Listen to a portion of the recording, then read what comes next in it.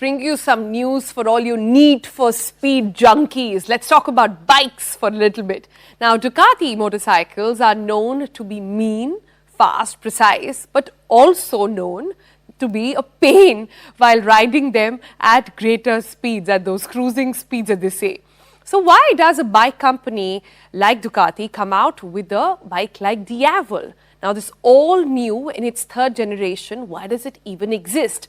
Our friends at Overdrive wanted to know, got their hands on the bike, and this is what they found.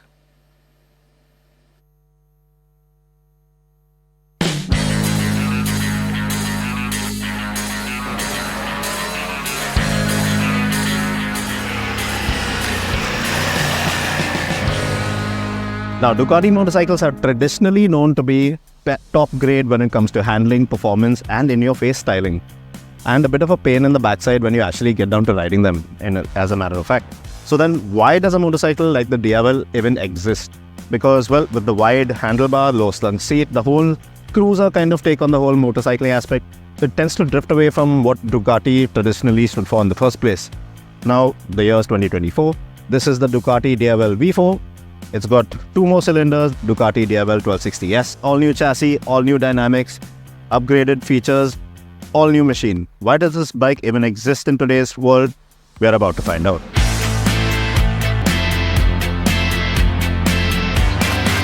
Now, as with any modern day Ducatis, the Diavel V4 is an absolute visual delight.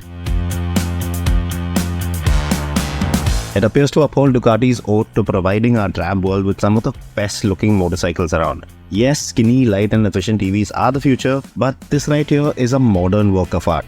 You can't help but admire it. Double C LED lights up front look great. Better still, the bespoke tail lamp design and shape which gives this bike a distinct identity from the rear. Of course, it looks fantastic, might even be a pain to clean when the muck starts flying about. But still, the Diavel V4 retains some of the signature features of the older generation Diavel models, like the single-sided swing arm with that massive rear wheel and tire. Well, this one is a 240 section Pirelli Diablo Rosso 3 on a 17-inch rim, which will even put a lot of modern-day sports cars to shame. Still, a lot has changed all over this bike. The front now looks a lot more tightly packed with those massive air vents hugging the front fork, and you don't get to see that trademark Ducati trellis frame anymore. Well, that's because they've done away with it and instead employed a cast aluminum monocoque frame which uses the engine as a stressed member, and this has also helped reduce the overall weight of the machine. Now, the engine itself looks a lot like a big block of metal, and it doesn't have those neat machine touches of finesse that the older L-Twin had. So the Diavel V4 really striking in terms of design. The front has this nice, bulky, chunky, very muscular look about it. When you actually get on the bike, it doesn't feel as heavy though.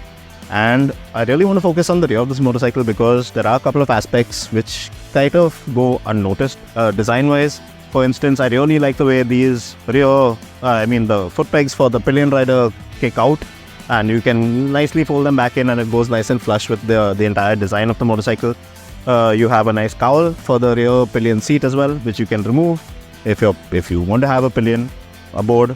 And you can also extend the grab handle by pulling a small lever under the seat. And as a whole, if you don't fancy having a pillion, everything fits in nice and flush, and it looks a lot more neat and tidy without a pillion on board, because that essentially, according to me, is the way this motorcycle was designed to be. Of course, the quad exhaust pipes, great looking, look like a couple of rocket launchers, ready to go to war, awesome. And the single-sided swing arm, that big chunky rear tire, great to look at, give the bike a lot of presence and just reeks of masculinity, according to me. And of course, there is some functional aspects to the aesthetic side of it as well. For instance, you have a nice heat shield out here, which protects you from getting your undersides of your thighs and your legs cooked if you're stuck at a signal after a long ride or while you're on a long ride also. So a good mix of functionality and aesthetics with this motorcycle.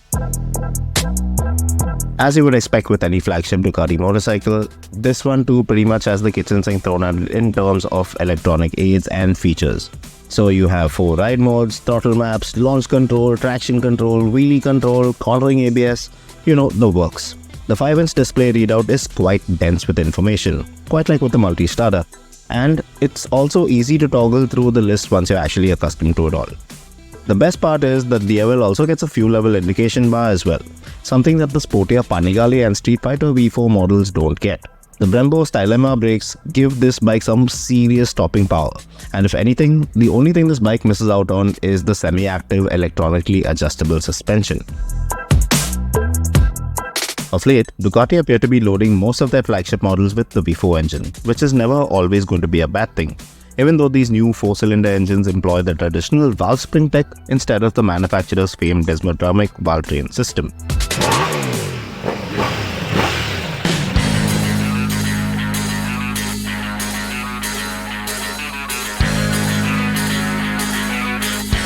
The V4 engine in the Diavel isn't the full-blown high-performance version of Ducati's motor that features in the Panigale V4 and the Street Fighter V4. Instead, this one gets the 1150cc Gran Turismo V4 from the Multistrada, which produces 168 PS and 126 Nm of max power and torque. Now this motor is more inclined with mid-range performance and high-speed touring. The motor features a counter-rotating crank which helps in the handling and agility of this bike, and like with the Multistrada V4 Rally, well, this one even gets cylinder deactivation tech, which shuts down 2 cylinders at the rear when the bike is at idle or under 4000 RPM in first gear, basically to reduce heat and fuel consumption.